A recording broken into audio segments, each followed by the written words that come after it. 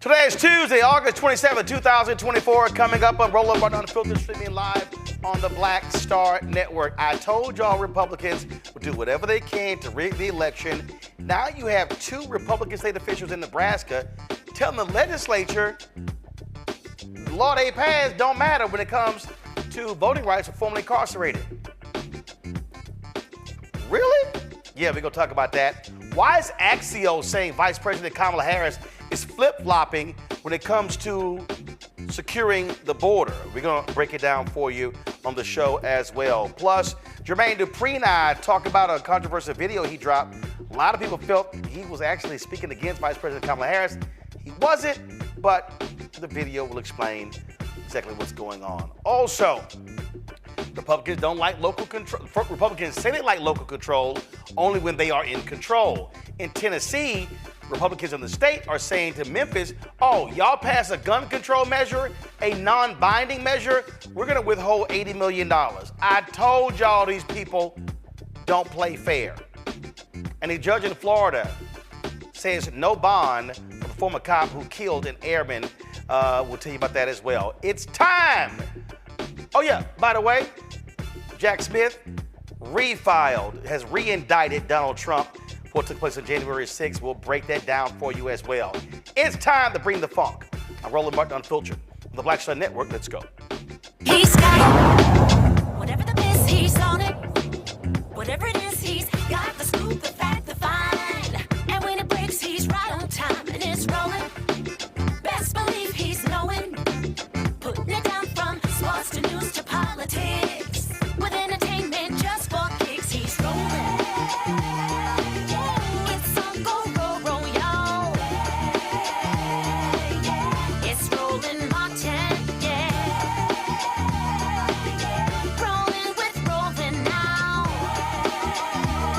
He's funk, he's fresh, he's real, the best, you know he's Rollin Martin now.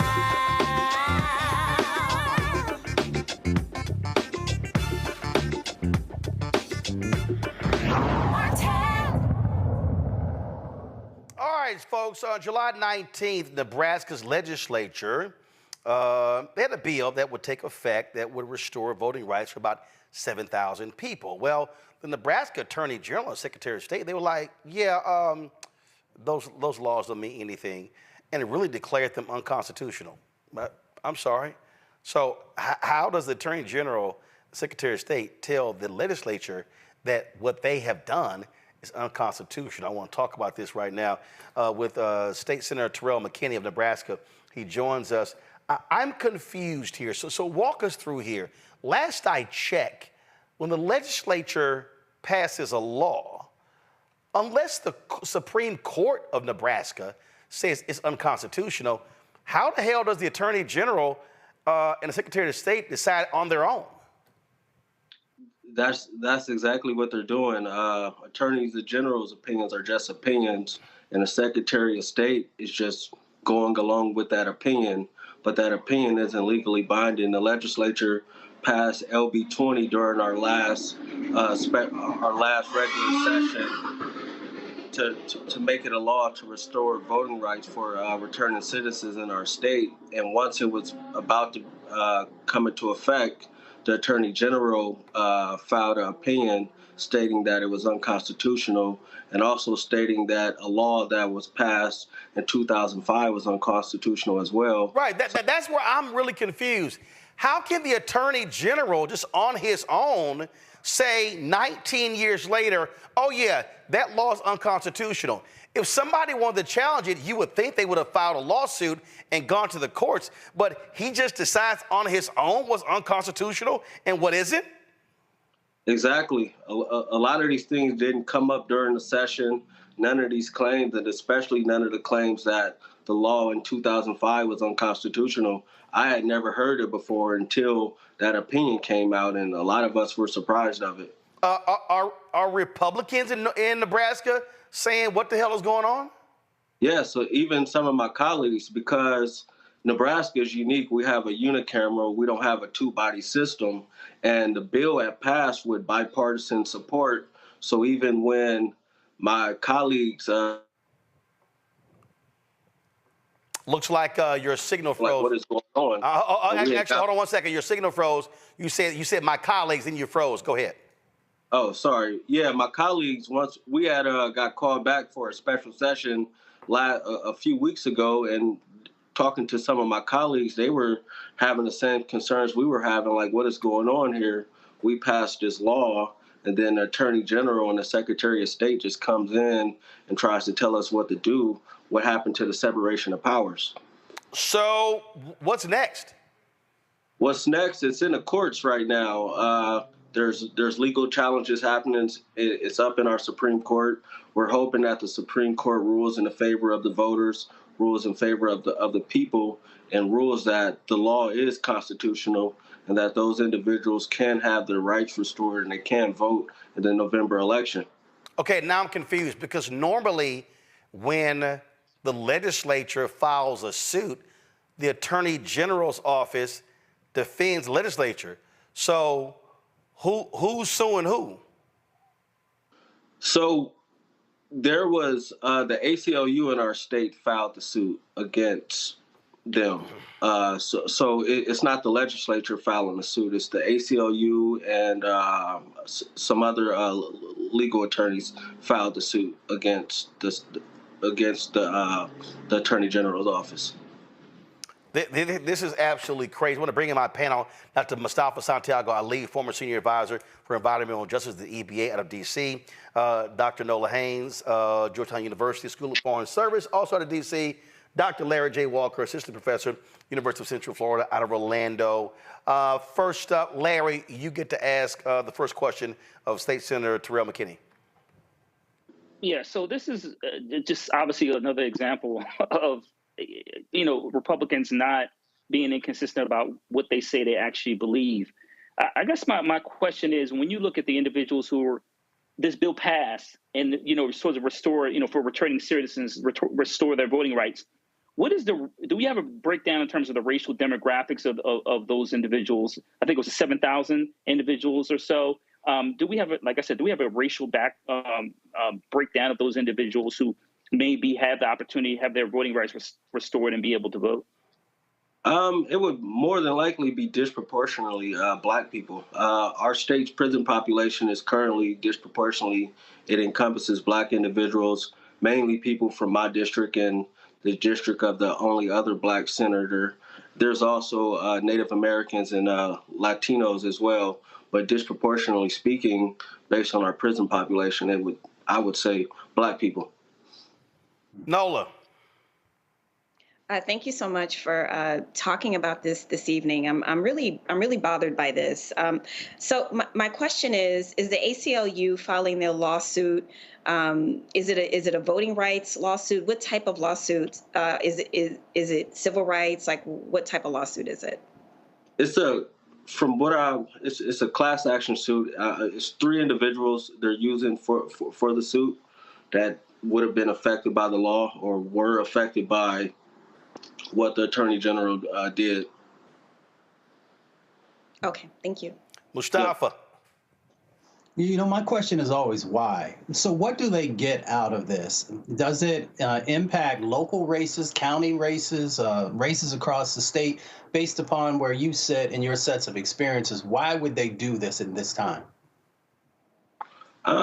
If you're thinking political, so Nebraska is unique. We split our electoral vote. In Omaha, we have what we call the blue dot. We have an individual running for Congress right now who could potentially flip a seat. And if you're thinking political, if we allow for more individuals who have returned home from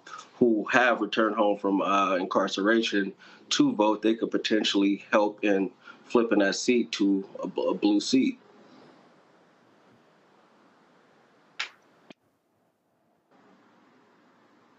Again, if you Black, you likely gonna live there in Omaha. More than likely, or Lincoln. And so to your point, that's exactly what's going on here.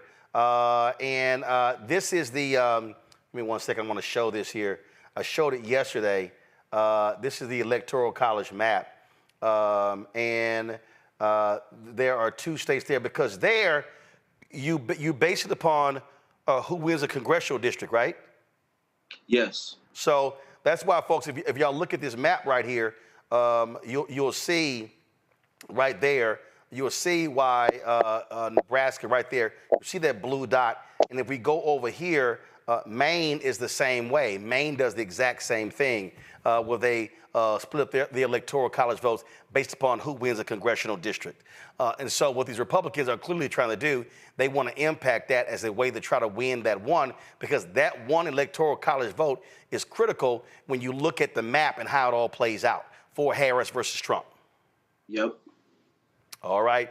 Senator, we appreciate it. Thanks a bunch. Keep us abreast what happens with this case.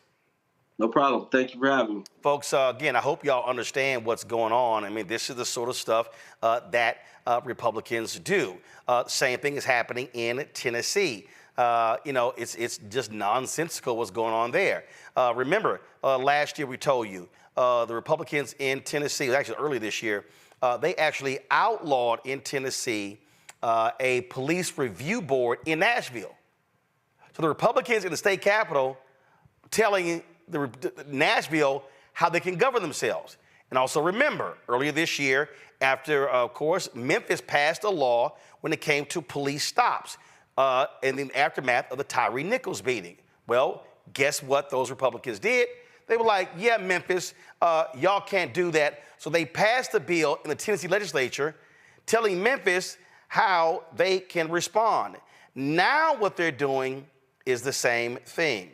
So in Tennessee, Memphis wants to do a non-binding measure regarding guns. Republicans are like, yeah, no, that's not gonna happen. And if you do that, we're gonna withhold sales tax money from you, almost some $80 million. This is the dastardly stuff these folks do, Mustafa. We saw this when it came to Confederate monuments in Alabama, in Florida, in North Carolina, in South Carolina. This is how these white conservative Republicans want to control majority black cities or Democratic cities. So in Mississippi, Jackson, when it comes to Tennessee, Memphis, Nashville. And so Republicans want to use their power in the state capitol to tell democratically elected people in cities how they should govern. So they are imposing their white conservative values on these largely black or Democratic cities. And, it brings forward that overseer mentality that has often been utilized inside of our communities. This is a power play, and they're trying to make sure that they control the dynamics that happen inside of our communities. Those dynamics, of course, often based upon the decisions that they make, can have deadly consequences inside of our communities, especially when we're talking about guns, even though, and let's give credit to folks there who have been able to lower the rates of crime that have been going on. You would think that if you see a location that is being able to find success, that you'd want to support their decisions to continue to enhance that success. Of course, we understand that when we have guns inside of communities and we have all the other dynamics that go along with that, then it creates these stressors and these pressures that often lead to negative types of things. So they should honor the voices of communities and local legislators who know what's best for their communities. But they don't care about that, Nola. They care about power and they care about control. Exactly. That's all that this is. Even when you think about the way that the Second Amendment gets distorted, it is so far from the original intent that it virtually makes no sense. It's one of the things within the kind of American culture that runs counter to so many other values that we have within American culture. And for folks who believe that you should be able to have any type of gun, all types of guns, and if you say anything about that, then you were trying to snatch away my Second Amendment right. That is so extreme. It's such an extreme point. And then absolutely, this is a power play. Anytime any Black person in this country makes an inch of progress, here comes the other side reminding us, oh, but we still have, we can still control levers of power. It has absolutely nothing to do what's best for the community. They could care less about what's best for the community. It's about power and keeping foot and keeping their foot on folks' necks because they can. Oh, absolutely. Larry? So it's really interesting, this particular issue, Rollin, and you highlighted some of the challenges, just, these mostly Democratic, jurisdictions, particularly cities, are encountering throughout the country. And what I find interesting about this, it's like an extremist approach to government. What I also find really contradictory about it, Rollin, is that if I remember correctly, the United States fought for its independence because of the monarchy, right? So, but what we're seeing is these extremist, governors, supermajorities, are essentially saying to predominantly Black communities, run and sometimes by Blacks or individuals who support issues that negatively impact the Black community, that it's not about democracy, as Mustafa and Ola highlighted. It's about power. And so, obviously, from a policy standpoint, we have to chip away at these supermajorities. But I think the other thing is you have to realize what kind of how hypocritical this is in terms of what the original intent is, in terms of, like I said, the United States fighting for its democracy. And now what we have here is, like I said, governing by extremism, which is essentially what it is. Well, that's exactly the case, and they are very extreme. And so this is just how they roll. They want to dominate these cities, want to control them. And this, look, I mean, in Missouri, the legislature there almost took over the St. Louis Police Department. They already control the Kansas City Police Department. And it was so shameful there. In Missouri, they passed a statewide ballot measure increasing the amount of money that the citizens of Kansas City have to pay to the police department. How you got people in other parts of the state telling Kansas City how to spend their money? That's because Republicans want to keep the city under control. And again, they have been trying to get control over the police department in St. Louis. And so that's what happens when they do not want Black folks in power. Gonna go to break. We'll be right back. Rollin Martin Unfiltered, the Black Star Network. When we come back, why is Axios saying Vice President Kamala Harris is flip-flopping when it comes to the border when she and President Joe Biden supported a compromise bill with Republicans that Donald Trump told Republicans don't vote for because he wanted the issue to campaign on? Axios is full of crap for it, and we're going to call them out. You're watching Rollin Martin Unfiltered on the Black Star Network.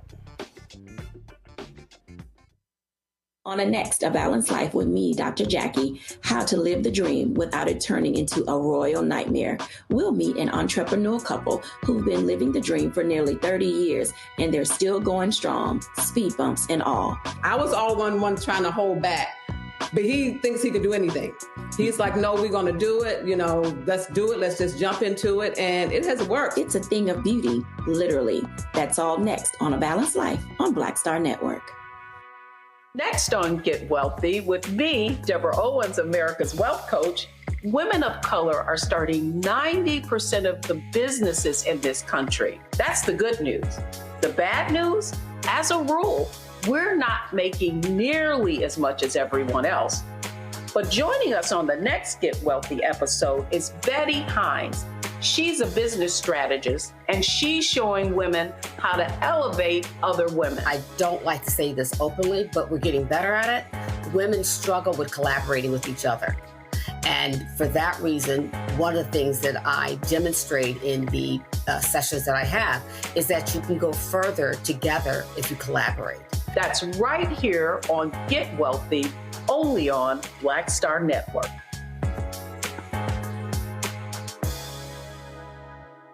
Me, Sherry Shepard, and you know what you're watching, Rollin Martin Unfiltered.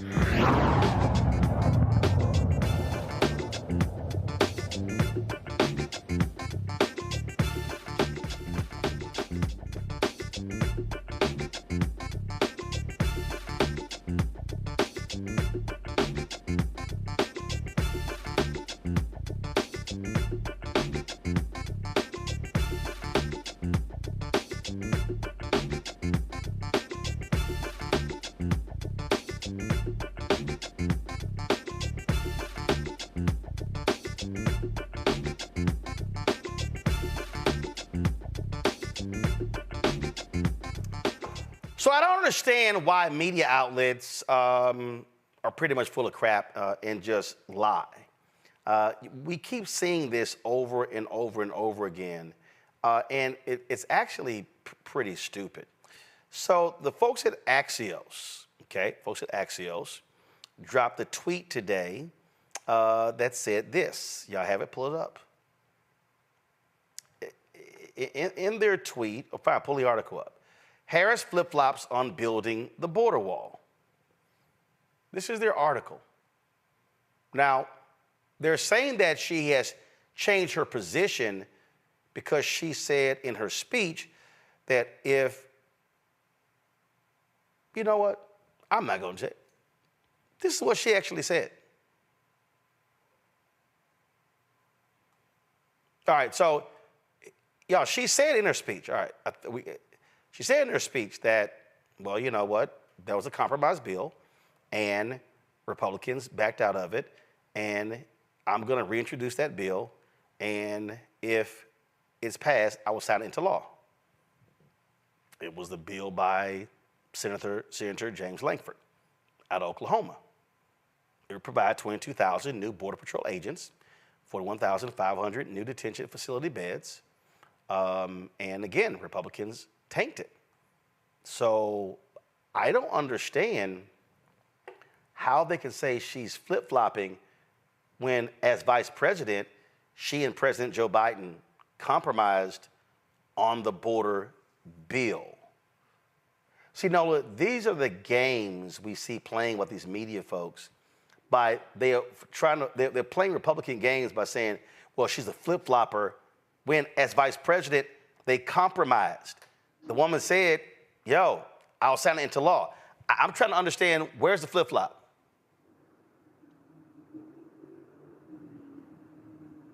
You on mute. My bad. So she's not flip-flopping. You know, VP wears chucks, she doesn't wear sandals. The way I see this two ways. I see this as the media trying to poke her to have sit-down interviews with folks, because that seems to be the latest talking point. That seems to be the latest thing that people are concerned with. I can't tell you how many people have texted me and said, well, you know, it does kind of look a little bad that she hasn't talked to anyone. And I'm like, are you saying that, or did you hear that from somewhere? You know, so that's one part of it. It feels like they're trying to force her hand to have to respond in the way that they want her to respond. And the second point is, this is a national security argument, in that part of what the Republicans are trying to do is say that she's weak on foreign policy and national security. And the border is all about national security. And so it's this combination of trying to force her hand to have a conversation with someone in the media to explain her position, which no one will hear anyway. Their minds are already made up. And then secondly, trying to say that she's weak on national security. So it's a twofer. And neither are true. So again, this is the games they're playing, folks, here. So they're trying to criticize this commercial that her campaign put out on the border wall. So let me just play this for you. Check it out. Kamala Harris has spent decades fighting violent crime. As a border state prosecutor, she took on drug cartels and jailed gang members for smuggling weapons and drugs across the border. As vice president, she backed the toughest border control bill in decades. And as president, she will hire thousands more border agents and crack down on fentanyl and human trafficking. Fixing the border is tough. So is Kamala Harris. I'm Kamala Harris, and I approve this message. I mean, she literally is speaking in support of a bill that she agreed with. And just in case anybody forgot, this is her in her speech. After decades in law enforcement, I know the importance of safety and security, especially at our border. Last year, Joe and I brought together Democrats and conservative Republicans to write the strongest border bill in decades. The Border Patrol endorsed it. But Donald Trump believes a border deal would hurt his campaign. So he ordered his allies in Congress to kill the deal. Well, I refuse to play politics with our security, and here is my pledge to you. As President, I will bring back the bipartisan border security bill that he killed, and I will sign it into law. So I'm confused, Larry. She was a part of a bill that was negotiated. It was a compromise bill between President Biden, Vice President Harris, and Republicans. They agreed to it. They advanced it. Trump said, kill it. But Axios is like, oh, she's now flip-flopping from her position in 2019. Hello, it's 5 years ago. Roland, this is a political shell game. And, you know, some of these media outlets, whether it's television or print, really need to be ashamed of themselves. As you highlighted, we all know she was a senator and a state attorney general for a border state. And as you talked about, Senator Langford, we already know he said consistently among Romney, among others, former President Trump killed this bill. And another important thing as it relates to this border bill we're discussing, it's not like a lot of Democrats, liberal Democrats, were on board with it. The U.S. Border Association was in support of this bill. And so it really, not only in terms of hiring individuals to secure the border, but overall, Roland, it's not what you would consider a bill that, a lot of liberals were jumping up and down about. It's a conservative bill, moderate at best. So it would certainly have been a win for securing the border, and certainly a win for a lot of Republicans. And so when you hear, a diehard, red-blooded, conservative like Langford say that former President Trump killed the bill, that tells you everything you need to know. But once again, this is a political shell game. Once she does this interview, we see she's going to do an interview with Dana Bash. When she does that, they'll shift the coconuts around. It'll be something else and something else to say, well, she's not doing this. But the bottom line is they don't hold former President Trump accountable when it comes to issues like this in terms of pressing him why he killed the border bill. So here we are again, once again, a political shell game. And Mustafa, this is literally Senator Langford on Fox News. Watch this. I know you're not trying to zing your colleagues, but it's your colleagues in your party, sir, who torpedoed this, who didn't get the facts right on what you just outlined was in that measure. They killed it. Ironically, not Democrats. Right. It was, and it was painful to be able to watch. It got stirred up in all the presidential politics, and several of my colleagues started looking for ways. After President Trump said, don't fix anything during the presidential election, it's the single biggest issue during the election, don't resolve this, we'll resolve it next year. Quite a few of my colleagues backed up, looked for a reason to be able to shoot against it, and then walked away. I get that. That's a decision everybody makes in it.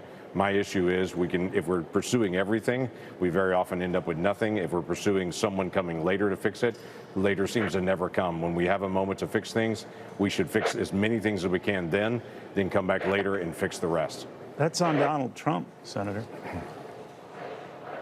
Again, he's got an office that he's running for. He's got a campaign that he's running. I'm already in office. I've got a responsibility to be able to carry on this.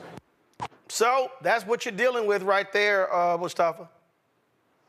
Well, they often talk there's a crisis on the border. And if that's true, then they should have moved forward expeditiously to actually get that to pass. If Trump actually thought many of the things that he says about the border are true, and I've worked on the border, so I know some of the dynamics that are going on there, then he should have been fully supportive of making sure that got passed and implemented. It was the most conservative border bill, at least that I've seen, probably in the last 30 years. There are others who, of course, are experts in the space.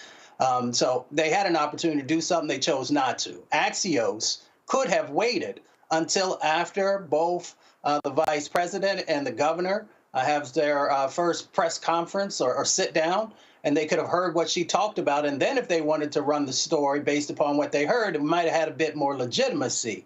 Or at least it would have been something to talk about. But again, people are so interested in getting eyes on the things that they're putting out, trying to be the first to get to a position, even if there's not real truth in it. So as the other panelists have shared here today, it's not just a shell game. You're doing a disservice to journalism. You're doing a disservice to people who are trying to make decisions about whom they want to give their vote to. So if you call yourself a credible media organization, then you have to do better. Well, you were making a point about media, and here's the same Senator Langford actually talking about how he was threatened by a conservative commentator. I put $100 on it with Sean Hannity. Listen to this.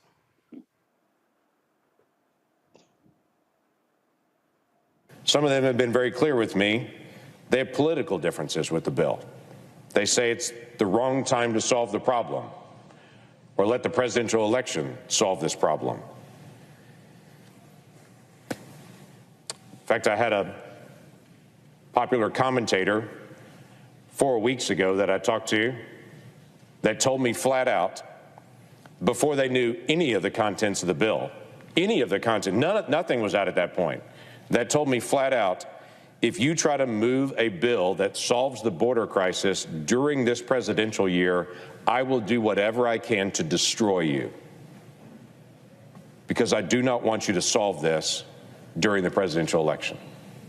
By the way, they have been faithful to their promise and have done everything they can to destroy me in the past several weeks. It's what we're dealing with. They do not want to solve this issue, Larry, at all. It's a game, Rollin. I mean, and what bothers me the most about this issue and other issues is the American public are not hip to what's going on at the bottom line. And, you know, listen, once again, you know, Langford, he's a red-blooded conservative, right? It's not a moderate. He votes, you know, former President Trump probably 99.9% of the time. So this idea that he's being attacked and trying to solve an issue we know was an issue we need to solve for decades speaks volumes about in terms of where some of the media outlets are and how much power they have as it relates to influencing policy. Absolutely. Kamala Harris, Vice President Kamala Harris and Minnesota Governor Tim Walz have announced that they're going to do their first sit-down interview with CNN's Dana Bash, taking place on Thursday. A lot of media folks have been whining and complaining, oh my God, they're not doing any interviews, they're not doing any news conferences. And Mustafa, they've been whining, saying, we don't know what her policies are. Actually, we do. They kind of talk about them in speeches. They've talked about them at the convention. So I'm sort of confused by these people who are so clueless that they say, we don't know what her policies are. Are you deaf, dumb, and blind? They're just being disingenuous is what they're doing. I mean, there's no way not to know at least probably 80% of what her policies are. There may be additional things that she will share after she's had the opportunity to think more critically about them, and she's in conversation with advisors that she has a part of her committee. But Vice President Harris is a brilliant politician. She is a brilliant strategist, and I'm sure that she will have policies that resonate with the vast majority of Americans. You know, we just continue to see this game, and we'll see it for the next couple of months, you know, where the media continues to take these jabs at her, but they don't have the same level of concern when it comes to former President Trump. So, you know, we know that there's disproportionality in the way that they approach things. We know that there is the you know, second set of ways that they put more pressure on her than they do on the other candidate. But I'm looking forward to hear what she has to share.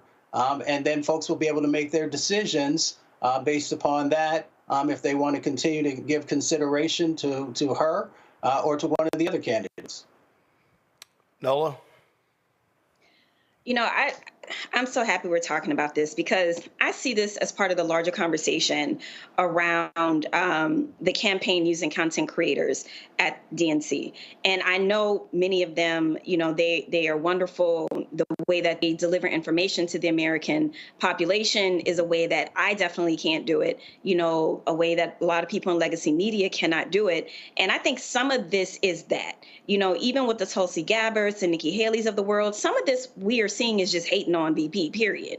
You know, they're hating on her non-traditional way of actually communicating with everyday regular Americans. audience, right? It's not those of us who are glued to MSNBC all day. That is not necessarily the audience that policies are being communicated to. You know, the way that some of the content creators, the way that they talk about VP's policies are in a very relatable way. Her economic policies, her domestic policies, you know, what she's trying to do in the housing industry to, you know, to equalize it. These are in fact policies, right? Do we know, you know, like Mustafa said, do we know the entirety of her policy portfolios regarding foreign policy and everything else? We don't know everything yet. We are still 70 days out, right? And we literally just got here yesterday. So, you know, all of this definitely will take time to cultivate. And I know for a fact that VP has a lot of smart people around her that are working on these things every single day. But none of this is as it seems. It's all a smokescreen. Number one, it's about not communicating in the traditional sense. Number two, keeping in line with that, using content creators to deliver her policies and her messages, you know, bucking traditional media. And then also she's pretty fly. Let's just keep that a buck. They're upset about that. All of it. And, you know, that's how I see a lot of these women out here who are hating on her for absolutely no reason. They just bother her. She bothers them when she wakes up and breathes in the morning. So that's just going to be there, unfortunately. But this is some of this is hate. Some of this is jealousy. It are lies. And they are really afraid of this woman. Larry? Yeah, this is, you know, like I said, I mentioned earlier in terms of a shell game. You know, it's gonna, if it's not this, it's gonna be another issue. But, you know, I'm glad she's gonna finally do an interview with Dana Bash, because I'm sick and tired of hearing. And hopefully, Rollin, I know you tweeted about this. You're next on the list to ask some questions that impact the Black community. I damn sure hope so. Listen, we calling it out. If our folks are watching right now, you need to come on Black Star Network and talk to Rollin, so you can ask some of the questions that people want answers to. So let's get it out there. But just overall, Rollin, you know, this fascination with her doing interviews, like she's been VP for 4 years. Prior to that, she was U.S. Senator. It's not like she doesn't sit down for interviews or doesn't discuss important policy issues. Once again, it's just smoke and mirrors. And I agree with Nola. There's a lot of hate and animosity based on some of these content creators getting access. Exactly. Well, first of all, I think it's stupid. All of these people, you know, who were complaining at convention, they were complaining about the amenities and all this sort of stuff. Man, let me tell you something, okay? We paid for our space. We paid for the internet. If y'all wanted some snacks, bring your own damn snacks in. I did. I brought my own damn water, brought my own damn snacks. I didn't expect anybody to have some seat warmers for us and all this sort of stuff. I just can't stand all these old whiny ass media people, you know, from a lot of these other places who, oh, we got treated so much better at the Republican convention than the Democrat convention. And oh, we didn't like our seats and we were too high up and we couldn't go onto the floor. Oh my gosh, shut the hell up. I mean, just the constant whining is utterly ridiculous. These people actually drive me crazy with all of this crap, as opposed to, you know what, do your jobs. And also, let's be clear, it ain't like you're getting a lot of news at a political convention. Okay? You're not. You're not. It's not happening.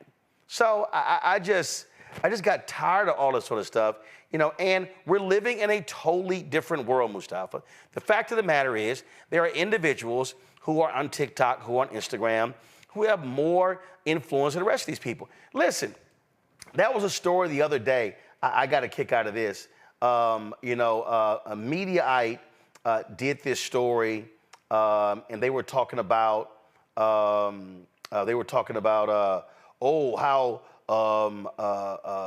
what's that silly ass child name? Megyn Kelly.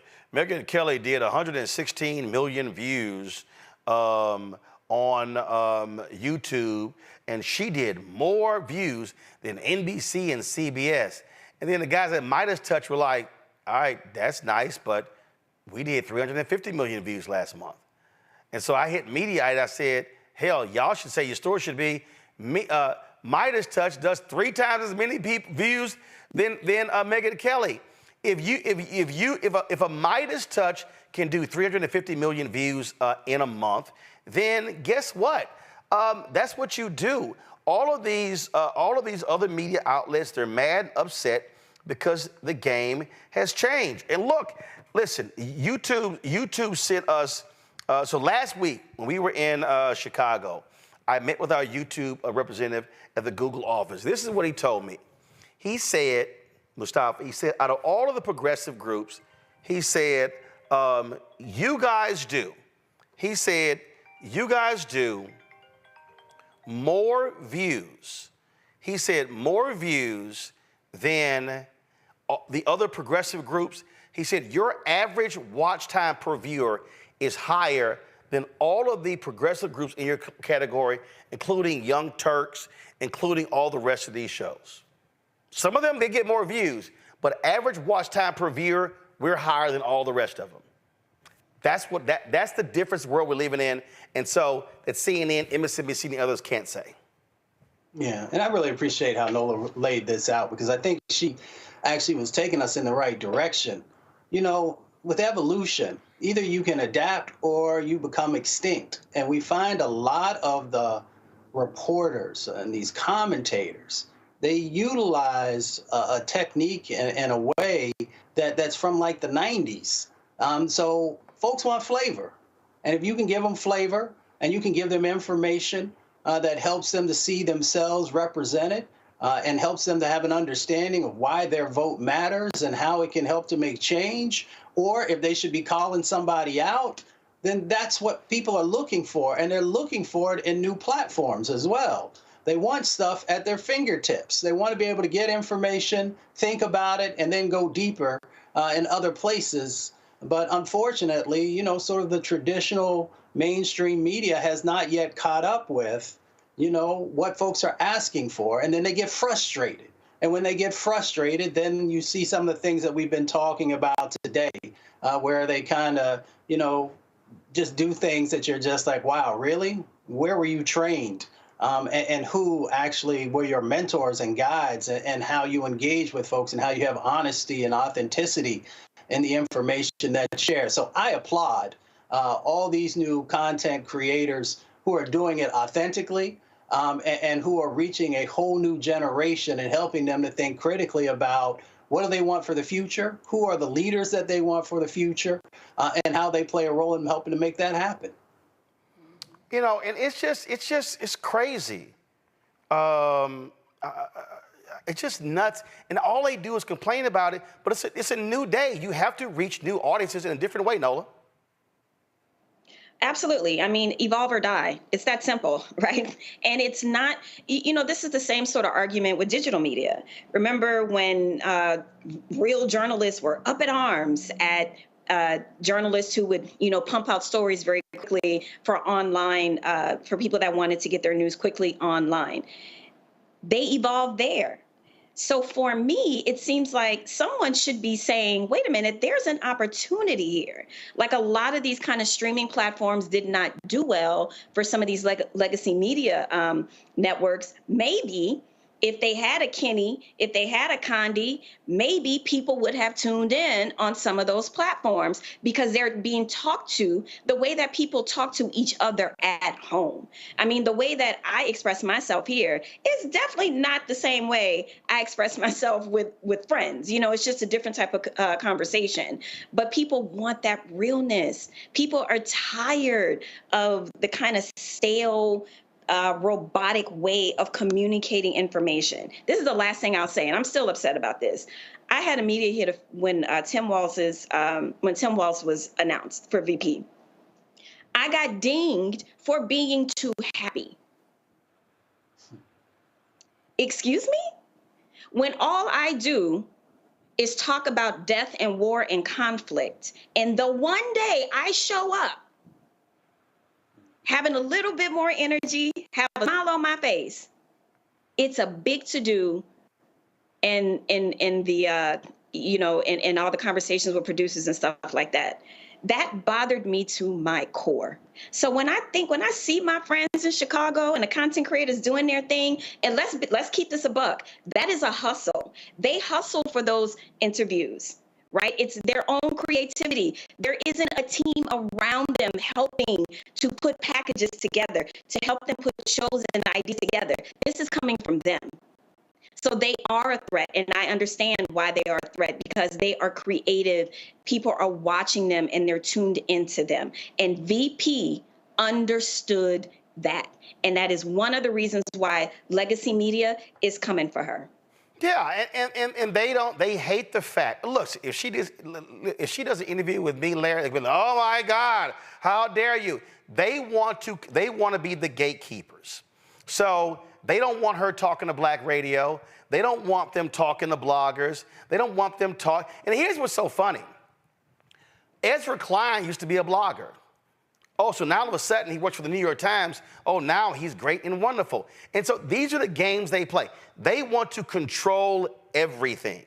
They want to be the ones. And guess what? Their influence is not what it used to be. It's just not. CNN's ratings are at lows they haven't seen since the early 1990s. Sorry, that ain't my fault.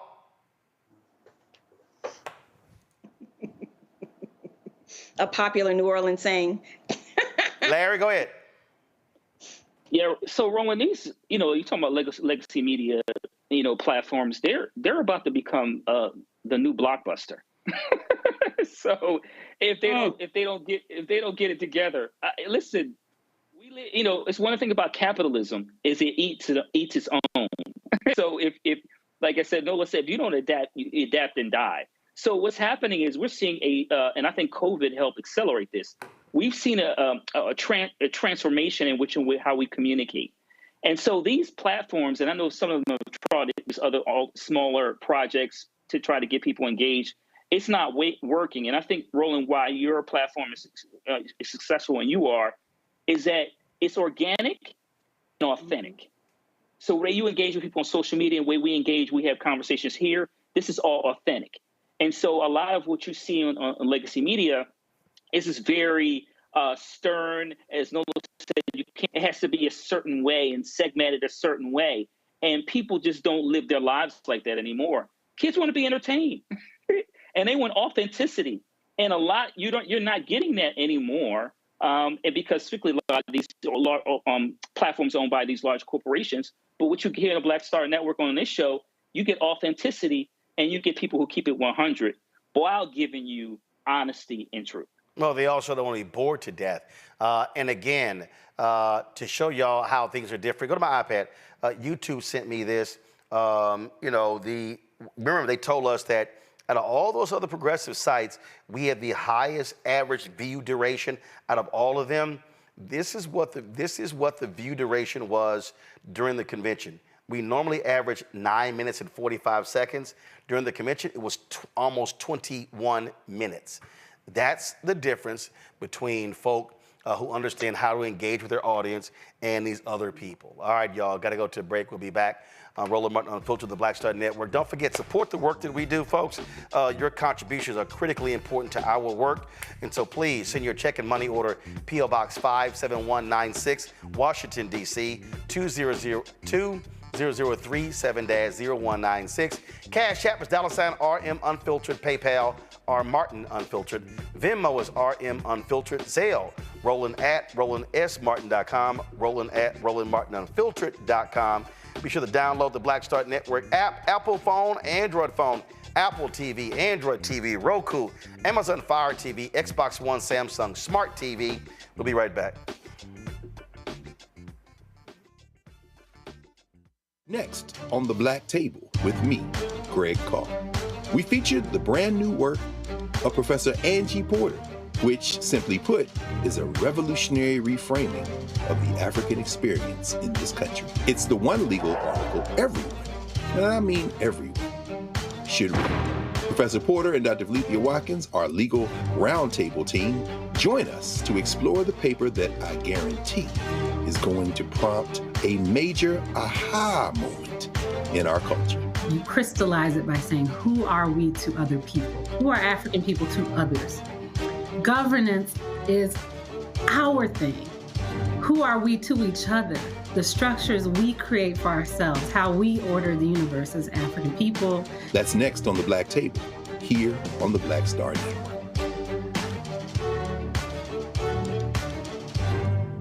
Coming soon to the Black Star Network. I still have my NFL contract in my house. Having a case. It's 4 of them, for my 4-year contract. I got a $600,000 signing bonus. My base salary for that first year was $150,000. Matter of fact, $150,000. $150,000. That's what I made. $150,000. Now think about it. My signing bonus was a forgivable loan, supposedly. When I got traded to the Colts, they made me pay back my signing bonus to them. I had to give them their $600,000 back. Wow. Yeah, I was so pissed. Because, man, I try to be a man of my word. I'm like, you, I'll give you your money back. You know, even though I know I earned that money, I gave them their money back. I gave them their $600,000 back. But yet, I was this malcontent. I was a bad guy. I'm about the money. It wasn't about the money. It was about doing right. Because I looked at, because you look at contract. Look at John Elway. John Elway was making $1 million, $800,000. I was making $150,000. I mean, I was doing everything. And I'm like, but yet I was, man, I got so many letters, you so I just play for free and all that kind of stuff. I mean, you don't forget that kind of stuff. Right. That stuff is hurtful.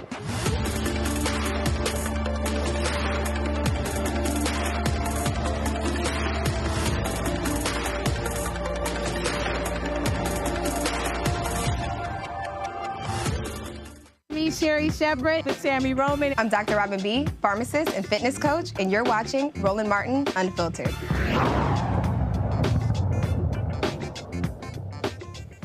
I've told y'all on numerous occasions how Fox News is absolute trash.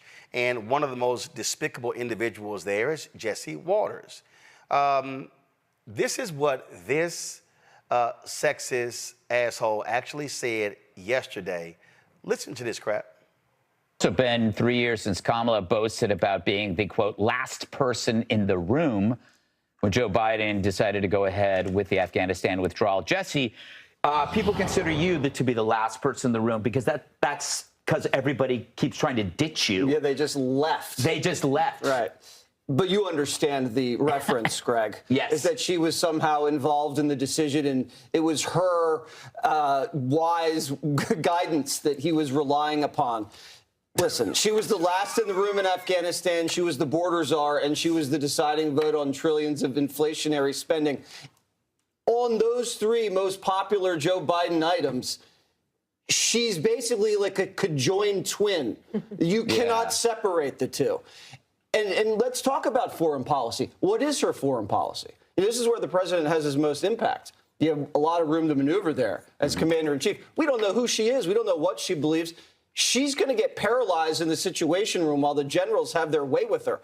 Right now, Jesse Waters. Jesse, I don't like that. Figuratively, Take again. it back. Have their way with her. Control her. Not in a sexual way.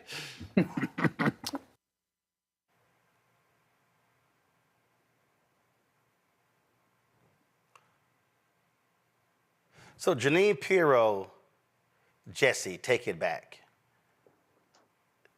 Dana says, Harold Ford says nothing. And then at the end there, this little, oh, I didn't mean it in a sexual way, this little smile. Oh, yes, you did. And you know what? Suzanne Scott, the CEO of Fox News, won't rebuke him, won't call him out, won't admonish him, won't take him off the air. This is the kind of stuff they encourage. Nola, here's what everybody needs to understand. And this ain't even September yet.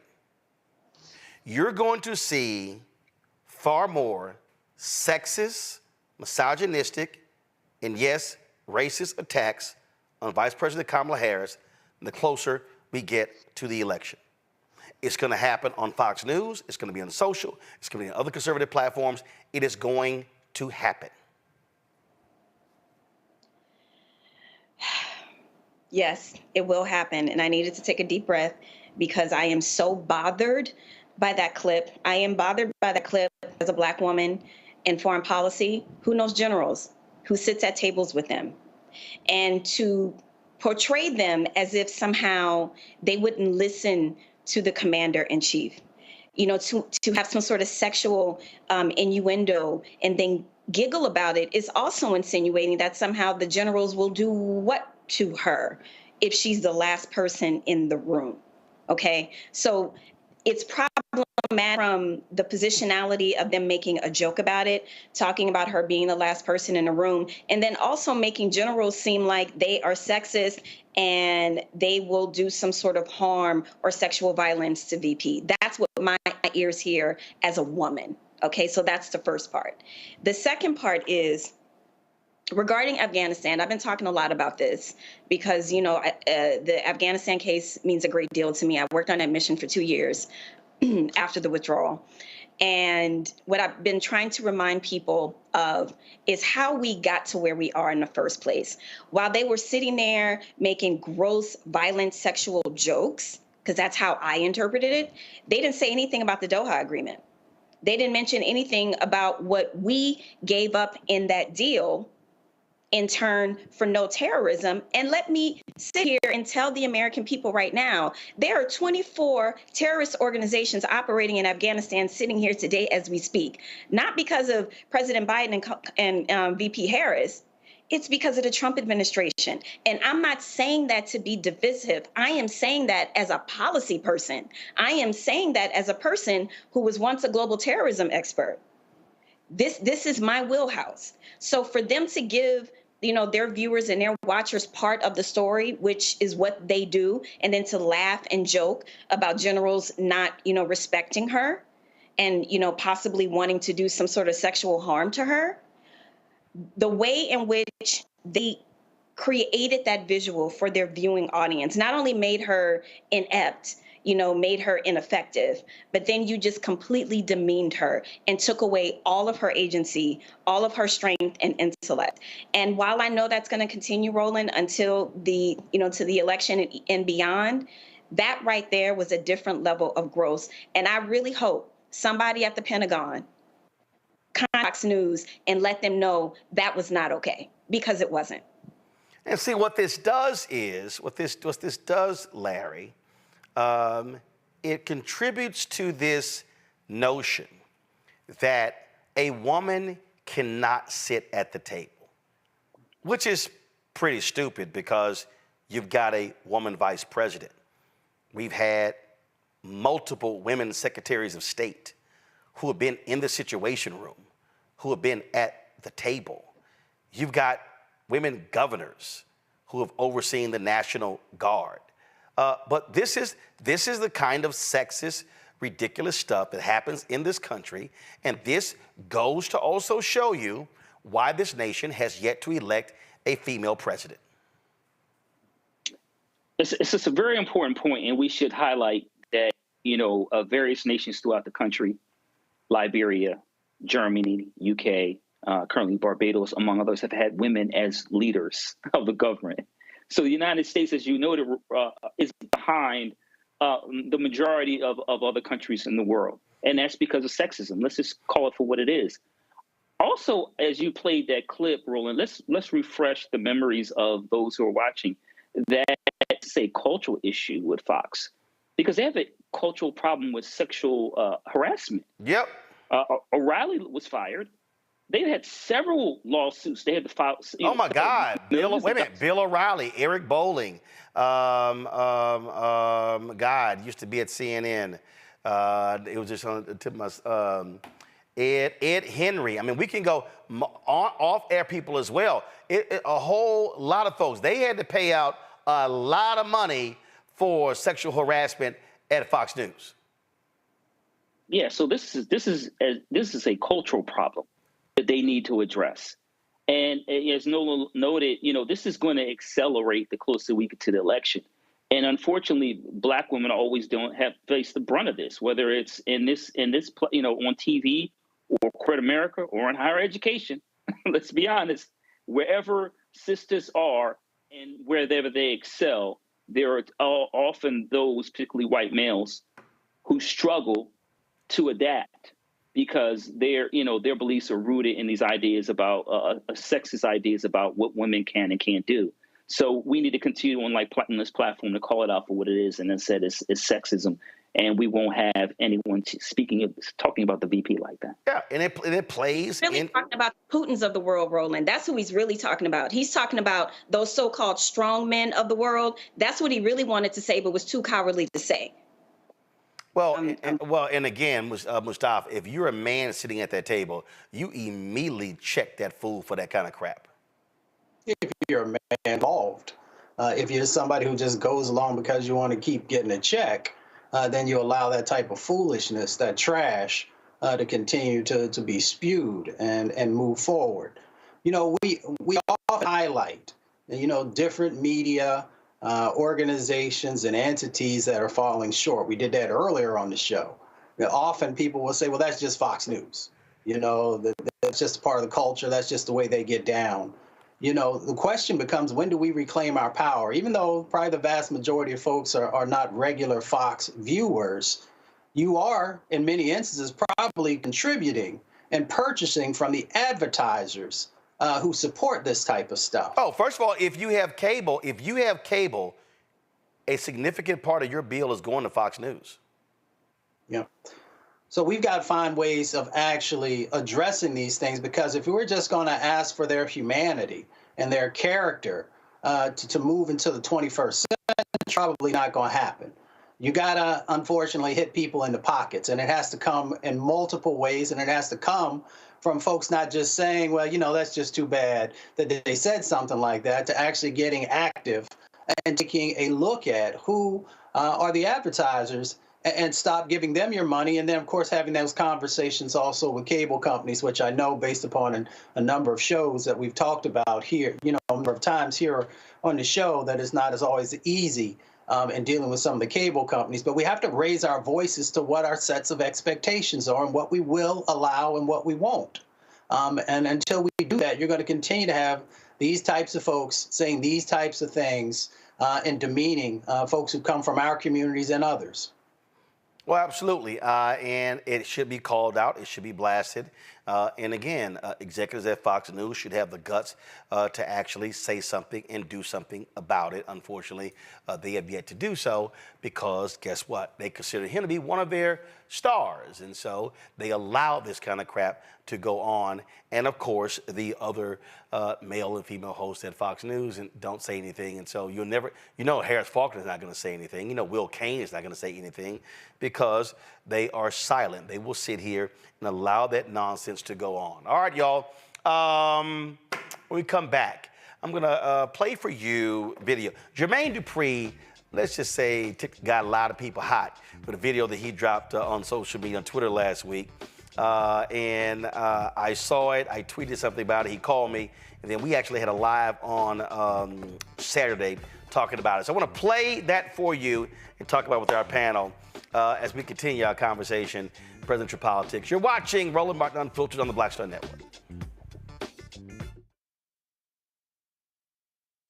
And what happens in black culture. We're about covering these things that matter to us, speaking to our issues and concerns. This is a genuine people-powered movement. There's a lot of stuff that we're not getting. You get it, and you spread the word. We wish to plead our own cause. Too long have others spoken for us. We cannot tell our own story if we can't pay for it. This is about covering us. Invest in black-owned media. Your dollars matter. We don't have to keep asking them to cover our stuff. So please support us in what we do, folks. We want to hit 2,000 people, $50 this month, raise $100,000. We're behind 100,000, so we want to hit that. Y'all money makes this possible. Checks and money orders go to P.O. Box 57196, Washington, D.C. 20037-0196. The Cash App is $RM Unfiltered. PayPal is R Martin Unfiltered. Venmo is RM Unfiltered. Zelle is Rollin at RollinSMartin.com. Hey, it's John Murray, the executive producer of the new Sherry Shepherd Talk Show. You're watching Rollin Martin Unfiltered.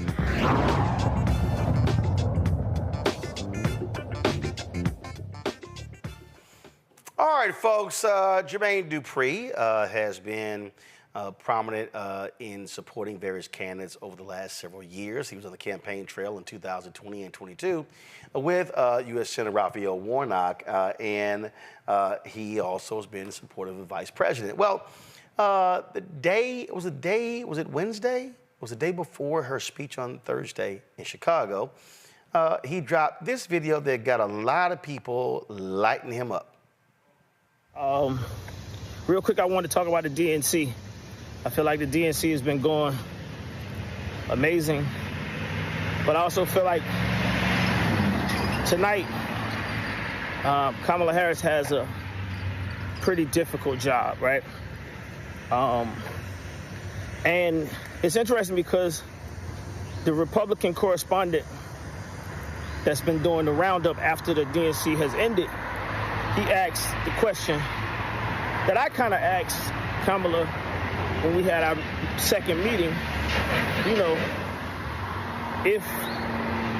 the fact that she's in office right now, she's in the White House right now. And the guy, he said, what makes y'all believe that she's gonna get this stuff done if she becomes president and she's already in the House? And it's a tricky question because I asked Kamala basically the same thing, right? In so many words. And I asked her, like, as the vice president, why they don't let her talk when, Biden seems like he needed someone to speak up for him. I thought that's what the role of the vice president was to help the president. And basically, she kind of let me know that her hands was tied, that they didn't really allow her to be a voice like that in that space. And tonight, I don't know if she's gonna, I want to see how if she even touches on this, because if she doesn't touch on it, that's the question that I feel like the people that have mixed decisions about voting for her, this is one of the questions. This is the top question that they had. And like I said, this is what the Republicans are saying. And they never heard the part about her hands being tied. And if she says something about her hands being tied, then it makes it look like the White House or the Democratic Party didn't really want her to exceed. So she can't really say her hands was tied, but she does have to step into that space. This is something I do believe. Well, boy, after that video dropped, man, he got cooked on social media. I mean, folk were dropping all kind of videos, going after him. And I had tweeted, I was like, yo, Jermaine, before you drop something like that, hit me in the feature before you do. And so Friday, he hit me up. We talked on Friday, and he said, hey, let's do a live chat on Saturday to talk a little bit more about this with the general public. And so we did, and here's that conversation. I need you to give them a little context on how you viewed what actually was happening as opposed to what actually happened. So here's the deal, folks. The Republicans, so when Jermaine posted the video, he referenced a Republican commentator on CNN who was saying, well, she was there. Why couldn't she do this while she was president? While she's vice president. And so when he and I talked last night, the Republicans, their strategy is to blame her for everything. So their deal is, well, if any of y'all saying you can't hear, it's on your device, y'all. Trust me, everybody else can hear. So if you can't hear, it's on your device, all right? So just letting y'all know, okay? So here's the deal. The Republicans, J.D. Trump, J.D. Vance, Republican Party, all of them, their strategy, yes, Scott Jennings, is to say, well, if she's announcing these things, why didn't she get this done? Well, and then When Jermaine talked about in his video what she said to him, that's actually true. The vice president serves at the pleasure of the president. The vice president can have their own views. The reality is the president sets the tone. A lot of people have been saying, well, the vice president, she needs to be doing this and saying this.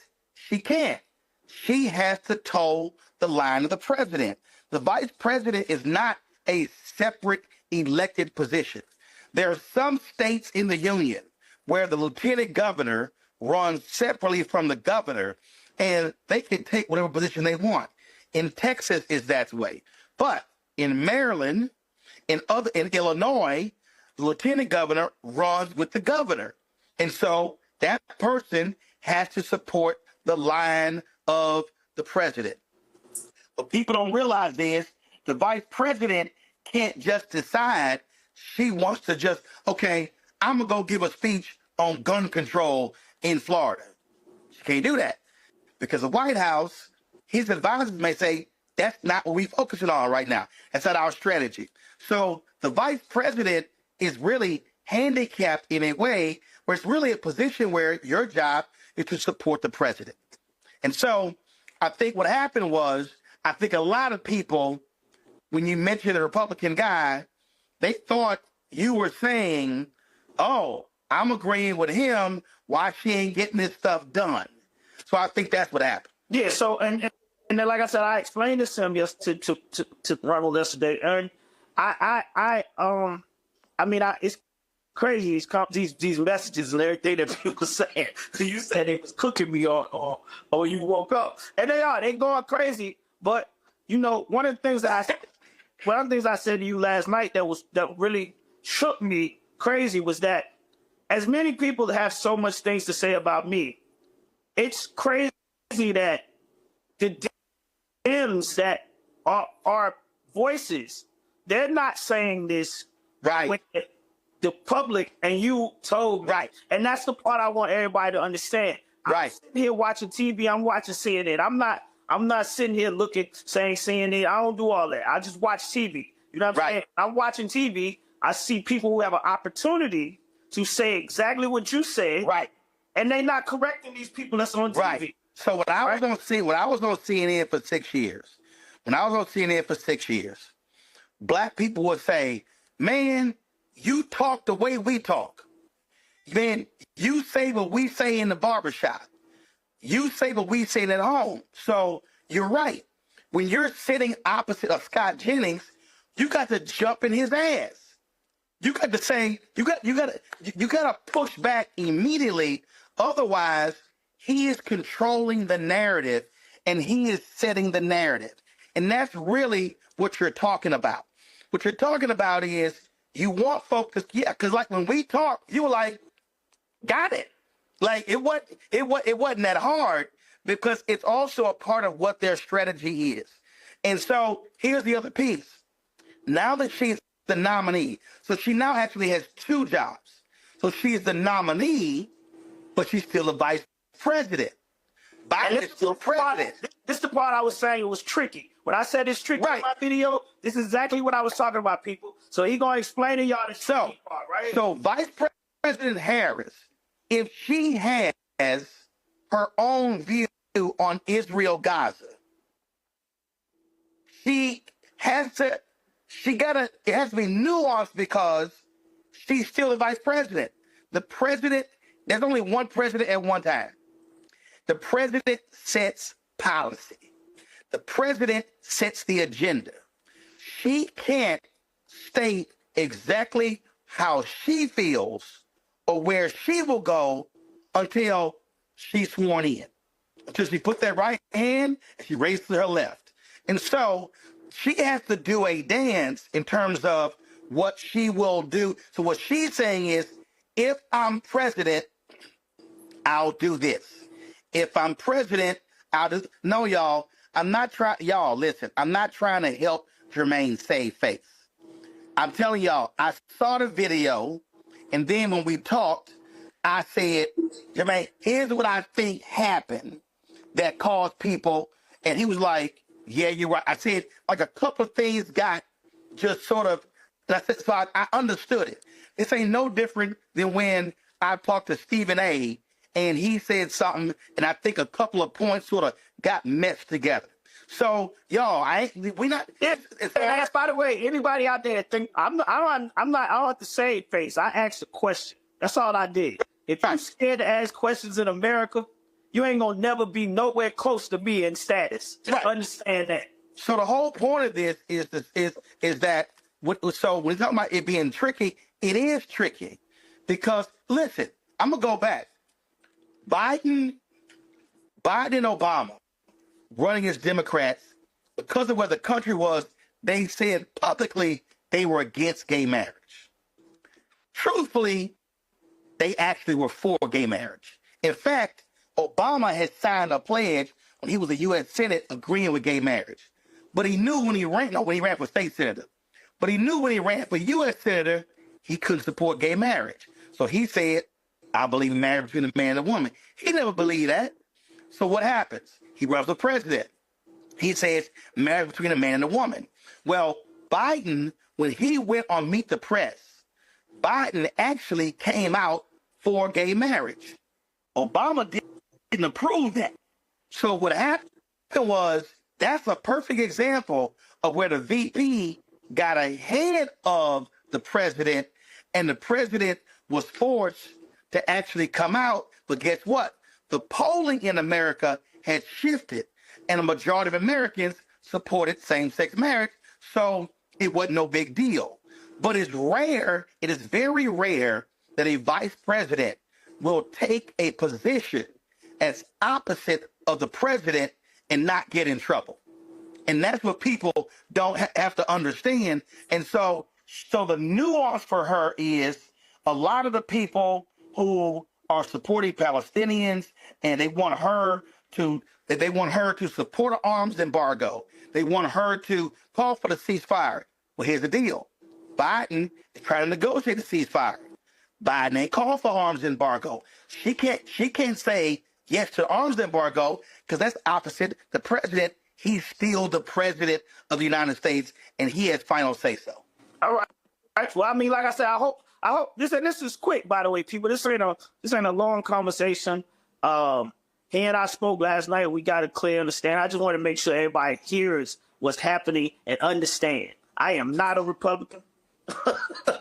And look, I was there in Georgia covering Warnock when Jermaine was out there, Portia Williams was out there. We got the video. I covered the rallies. And so out there, and so again, when he said, the vice president told me, hey, it's this, that, and the other. That's what's going on. And so even when y'all heard her speech, she's saying, if I'm president, I'll do these things. But the reality, but the goal of the Republicans, they want to tag her with any failure. So that's why, and look at the talking points. Scott Jennings, Charlie Kirk, J.D. Vance, Trump, Republican Party, they all say the same things. Well, if you won't do that, then why don't you do it? Why don't you do it? Why don't you do it for the last 3.5 years? I've heard a bunch of black people say, well, why she ain't done this? Why she ain't done that? Because she can't. She's the vice president. And in fact, here's what's crazy. And people don't even understand this. You've seen, to his credit, President Joe Biden has put her out front more than any president I can remember in American history. Let me say that again. I don't think y'all heard what I said. President Biden, in numerous cases, she'll speak, then he'll speak. That rarely happened with Obama and Biden. It didn't happen with Trump and Pence. It didn't happen with Clinton and Gore, Bush and Cheney, Reagan and H.W. Bush and Dan Quayle. It didn't happen. I mean, you can keep going back. It just doesn't happen a lot. So a lot of people, including black people, have had expectations for Vice President Harris that does not go with the job. Now, some of y'all said, well, they muzzle her. Y'all, I'm trying to tell y'all. Okay, let me just make it real. Jermaine has a company. I got a company. if somebody works for our company, they can't just run out and say, oh, yeah, we're going to sign so-and-so to Roland Martin's Black Star Network. We're going to sign so-and-so to Jermaine's company. And Jermaine like, your ass don't talk for the CEO. You are an employee of the CEO. Yeah. It's the same thing. And if they get out of line and they mess up the business, they out of line. So folks don't understand that. So they got to stop acting like, she can say whatever. In fact, you have more freedom to speak as a U.S. Senator or a House member than you do as the Vice President.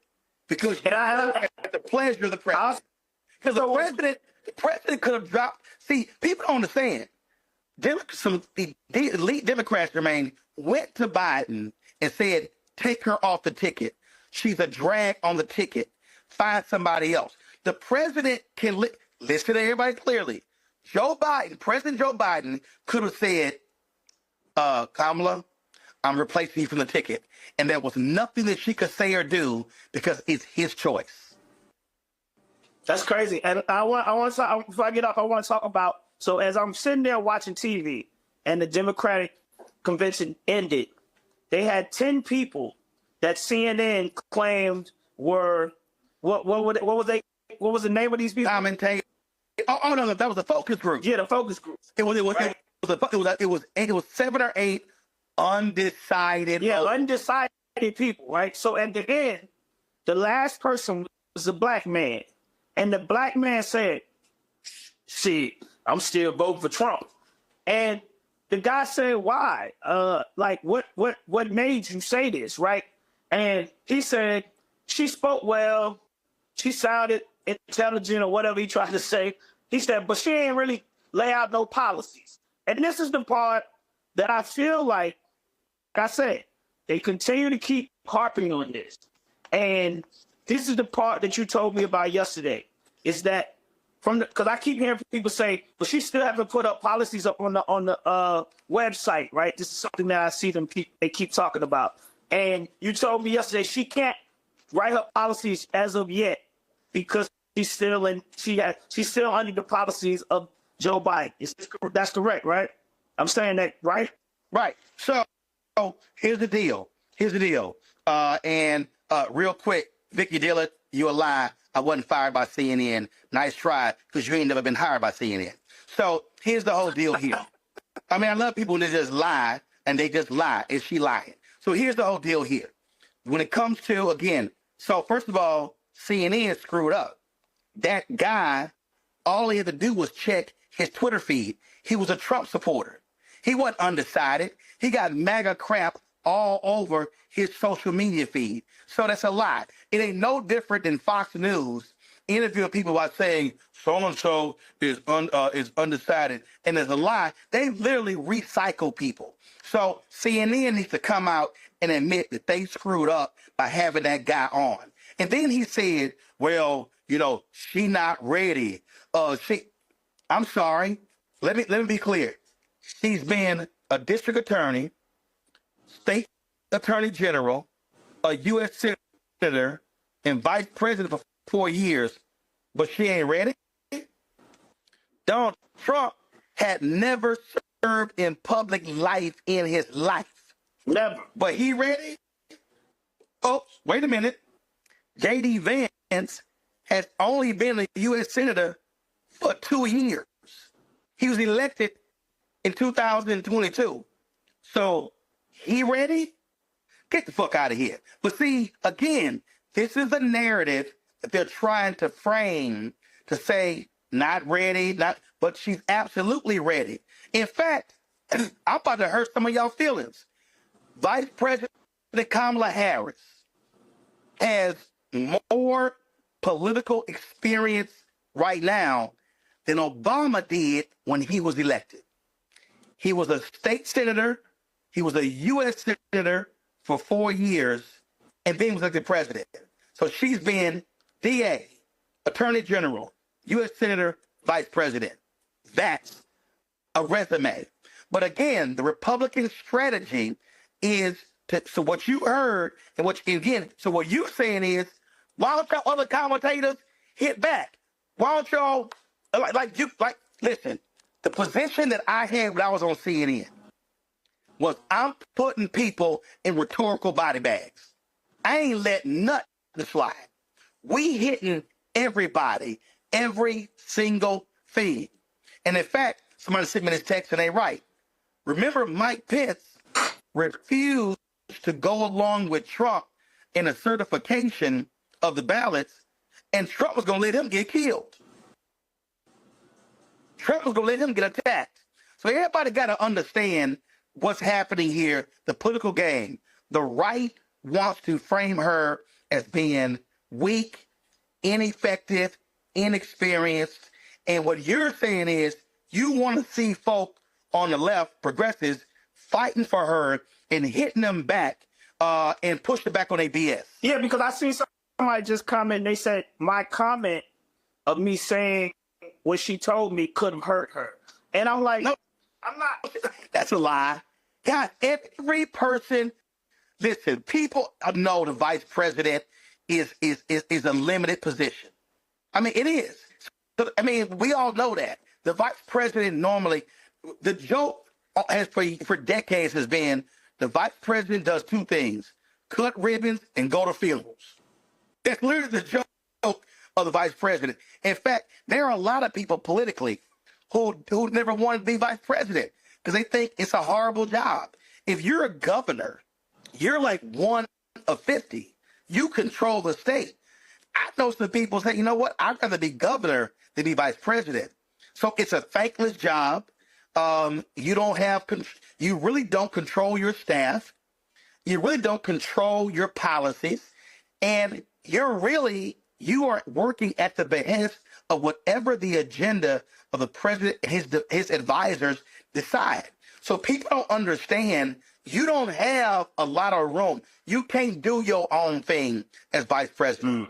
Everything that you do as vice president is under the auspices of the president. They decide in terms of what you do, where you go.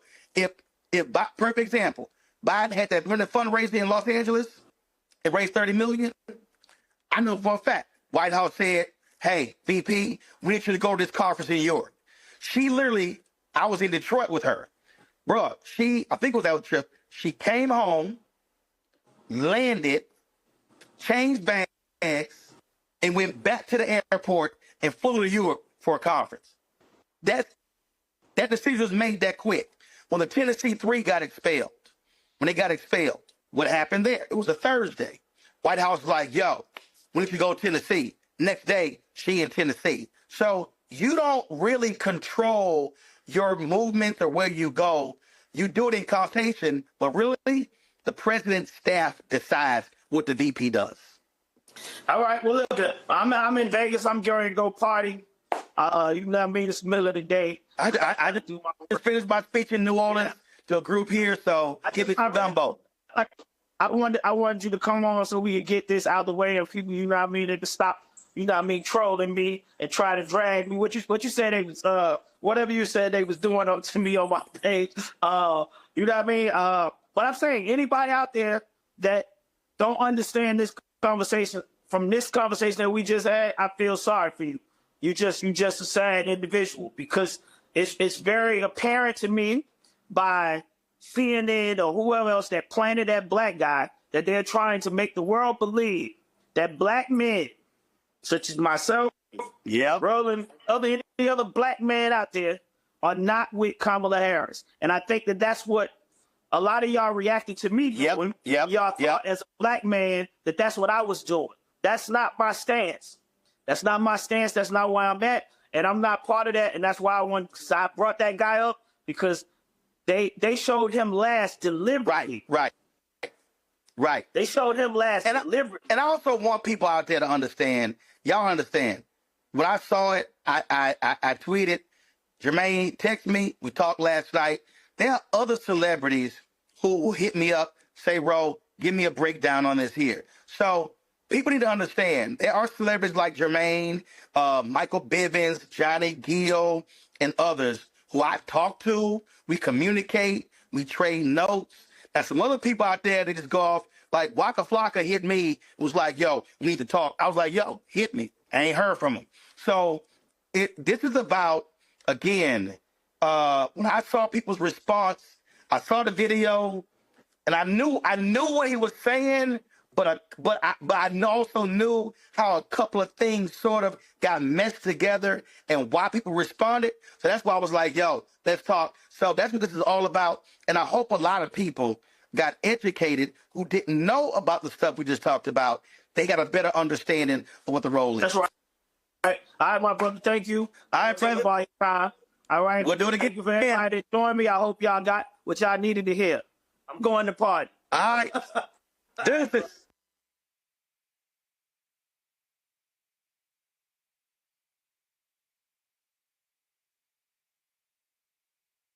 This with our panel, Mustafa, Larry, Nola. I mean, it's been a lot of this. It's been, you got folk around here. I saw somebody sent me a video, Don Lemon running around and some of these brothers saying stupid stuff. And what kills me, Mustafa, you got these bros running around. Yeah, I had some dude on some, he was it was on some, I think it was on Jermaine's page. He's like, yeah, we had more money in our pockets, when Trump was president. Then I had to say, okay, so who fixed the economy that Bush left us in a recession? Obama, Biden. Who handed Trump a thriving economy? Obama, Biden. What did Trump, Pence leave Biden, Harris? An economy that was in the toilet. Unemployment rate 17%. Then I had to say, all y'all fools keep talking about stimulus money you got. Trump didn't give you that money. It was democratically controlled Congress that actually approved the money. And again, so you got these people who are advancing lies, who are pushing that nonsense, won't do any real research, and they're just throwing stuff out there, and it's just absolutely ridiculous. Yeah, some people just want to be contrarian, but other folks, everybody knows me. I'm an optimist. I like to see the best in people, and I like to think that for some of these folks, it's just that they're not educated. They really don't understand the rules of the game, if I could say it that way. So they continue to just, hear things and share them without actually thinking it through and asking the real critical questions that are so important. I like facts, and facts have shown that when Democrats are the ones that are in office, that the economy continues to thrive. And often, as you just talked about, after they had to fix the mistakes that Republicans had done. That's just the way it is. Look, Bill Clinton said in his speech that since the end of the Cold War, 51 million jobs created in America, 50 million under Democrats, 1 million under Republicans, and people came back and they were like, that's gotta be. He said in the speech, I checked 3 times. When it was over, all these different media outlets said that can't be true. It's true. So 50 million to 1. So how in the hell is Trump and Republicans better on the economy? Nonsense. Well, some of it is perception also, and because they've had individuals out there, they've had networks that continue to share this, infuse this misinformation and disinformation because they know they don't have any policy to stand on. When you look at the economy, that they can't stand on that either, so they try and reframe everything. And unfortunately, we live in a society where people don't read. And because they don't read, if they hear something, then they assume that it must be true, and then it just continues, to build. So we've got to change that dynamic. The other part of it is our educational system. At one time in this country, civics was a part, of the curricula in a significant way. And now, people have no idea how their local governments work, their county governments, the state governments, or the federal governments. So therefore, they have these ideas about, as we just went through in this previous session, about what the vice president can and cannot do. So we really need to make sure that we have all the information that's necessary for us to make the best decisions for our community and stop relying on others to share with us their information, because a lot of the times that information is tainted. Sometimes it's unintentional, but more times than not, it is intentional. There's real intentionality in planting false information inside of our communities. Yeah, and the thing here, Nola, I've had to encounter black women and black men, and I've seen folk throw out some absolute BS. When I listen to some of these fools say, you ain't getting nothing for your vote, That's a lie. First of all, if you sit your ass on your couch at home and you don't vote, you absolutely ain't getting nothing for your vote. But the reality is, when we talk about what do you get for a vote, that also means that after the election, you must stay engaged and then begin to demand change. That's what folks don't seem to understand. Ooh, that is definitely one part of it. And I think it's not so much that, well, no, I think it's very accurate that they don't want to understand it because the information is out there. And I think this points to a larger problem. So on the Republican side, you don't have a coalition that's going to hold them accountable for anything.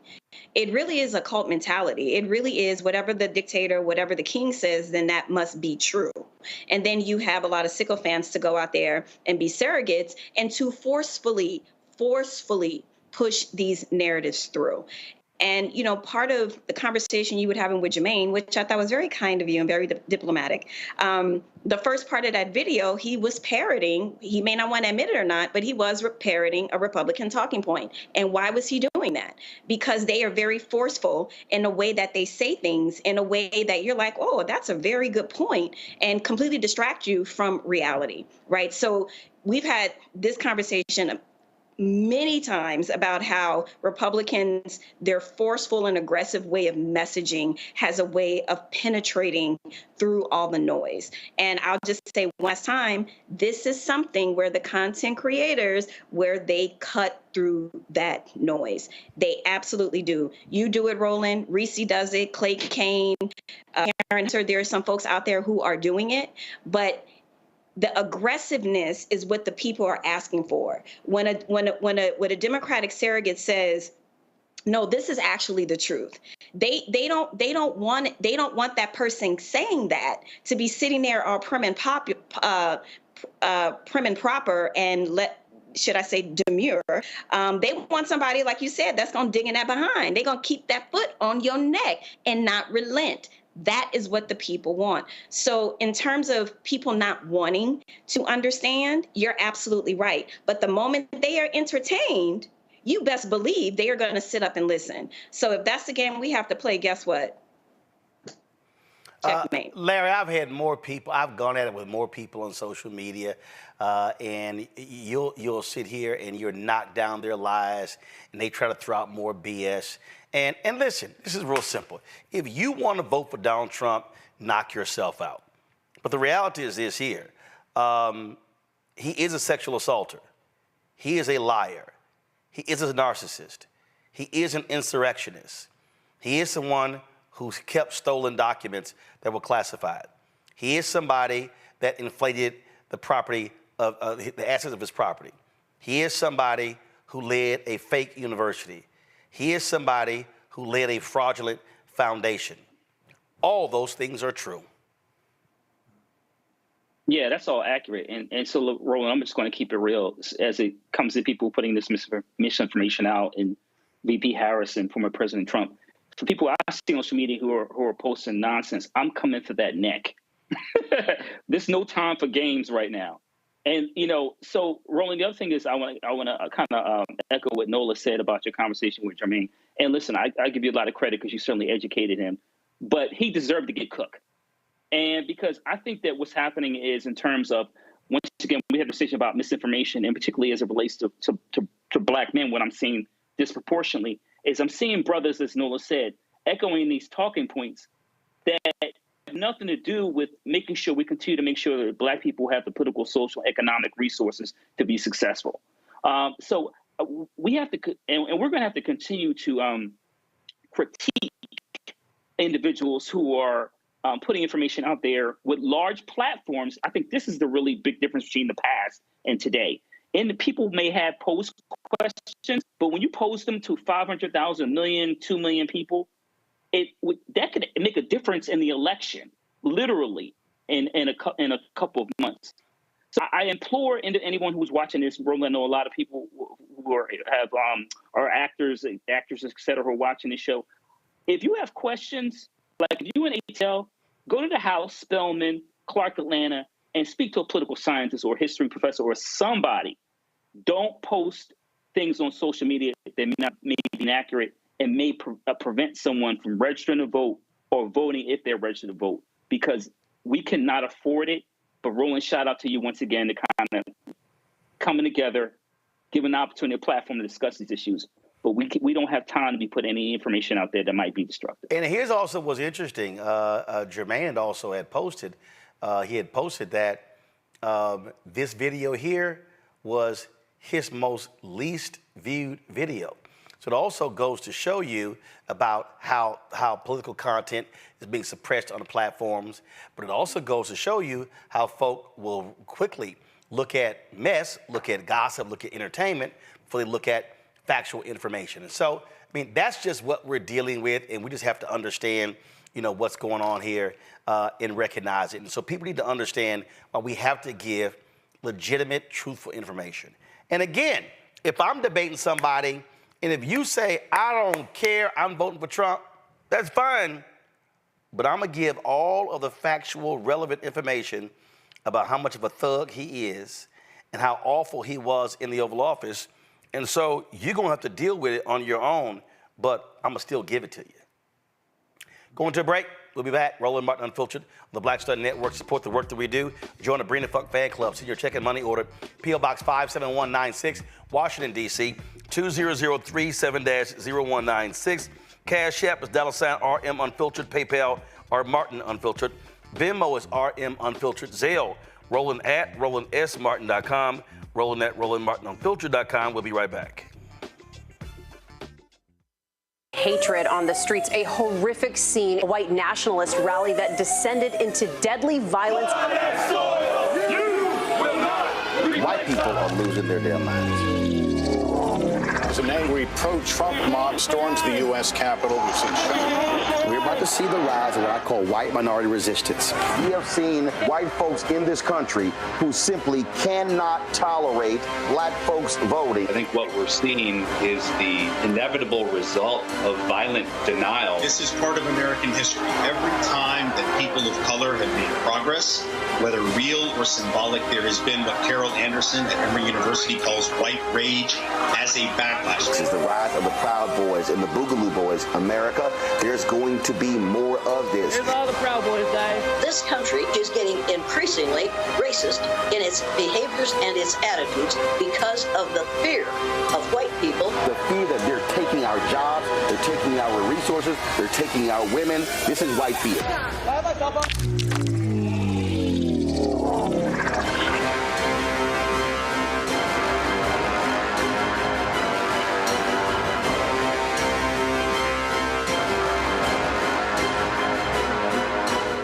I am Tommy Davidson. I play Oscar on Proud Family, Louder and Prouder. Right now, I'm rolling with Rollin Martin, unfiltered, uncut, unplugged, and undamn believable. You hear me?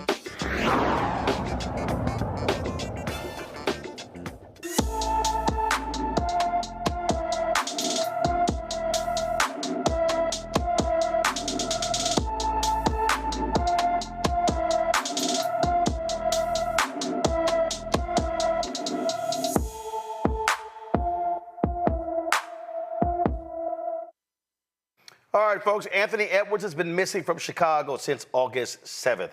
The 13-year-old is 5 feet 5 inches tall, weighs 115 pounds with black hair and brown eyes. Anyone with information about Anthony Edwards should call the Chicago Police Department at 312-745-5020, 312-745-5020. The nation's oldest civil rights organization, Latino civil rights organization, LULAC, is demanding a Department of Justice investigation into raids in Texas targeting Latinos. That's right. Texas Attorney General Ken Paxton led this particular raid alleging voter fraud. LULAC is requesting the DOJ investigate Paxton's office for violations of the Voting Rights Act. The organization is accusing Paxton's office of carrying out illegal searches based on voter fraud. The Justice Department confirmed receipt of the letter from LULAC and the ACLU, but declined to comment further. Last week, Paxton's office announced that it was launching undercover operations and an investigation into reports alleging some organizations in Texas are unlawfully registering non-citizens to vote in violation of state and federal laws. Here's what's crazy here, Larry. This was based upon a false report, a lying report on Fox News by Maria Bartiromo. That's what started this whole deal. It was based upon a lie. And so what you have here, especially with data now showing Vice President Kamala Harris bringing Trump's lead in Texas down, significant Latino support for her as well. This is the targeting of Latino voters, trying to scare them. So I want to say the first point I want to make is I hope people realize this doesn't happen in healthy democracies. that's the first point. And so secondly, Roland, this is all about the win in November. That's all it comes down to. Thirdly, Roland, you know this is a Texan. Paxton shouldn't even be in office right now. He should have been impeached. He should be, and really he needs to be in jail for all the laws he's broken. So when you give someone like this a pass, you empower them to continue to break the law. So breaking in some 70-year-olds, not having the police kick in the door. She's actually 87. Her name is Lydia Martinez, 87. She's been a member of LULAC for more than 35 years, and she works to expand voter registration among seniors and veterans in South Texas. Yeah, having the police show up at someone's house like that, who's in their 80s, who's had a commitment to civil rights, highlights what this is about. This is not about the rights of people. And we know in terms of, Texas trying to prosecute women for, making choices about their bodies. This is consistent along that line about when it comes to actual freedoms and who's deciding who's free to do what. And once again, this is another issue relating to individuals trying to register those from the Latino community. But once again, as I said, this is not a sign from a healthy democracy. And this is why people need to make the right choices in November for the election for president and U.S. Senate right there in Texas. Texas State Senator Rollin Gutierrez, he released this video because it's happening in his district. I want to be very clear here in what I have to say. Ken Paxton is nothing more than a crook, a liar, a cheat, an indicted felon that was placed on deferred adjudication for fraud. And what he did in the last week, in the last several weeks, going after Latinos in my district with police officers' guns blaring into grandmothers' houses is beyond the pale. It's beyond that. It is an outright injustice what these Republicans in Texas are doing to perpetuate their fraudulent story that people are voter harvesting. We've seen this age-old story over and over again and over and over again. It's proven wrong. But what it does do, it keeps Latinos from voting. Well, I'm telling you here right now, if you're a Latino and you're out there listening, you must wake up and you must vote and you must stop this injustice from happening. And the only way it's going to happen is if we raise our heads and raise our voices and raise our pens and we fight against these charlatans like Ken Paxton and others that want nothing more than more money and more power. We will fight and we will win. Right there, what you're seeing here, Nola, he's absolutely right. Ken Paxton, he should be in jail. He's an absolutely thug. He was indicted. I mean, I swear that case went on for damn near half a decade.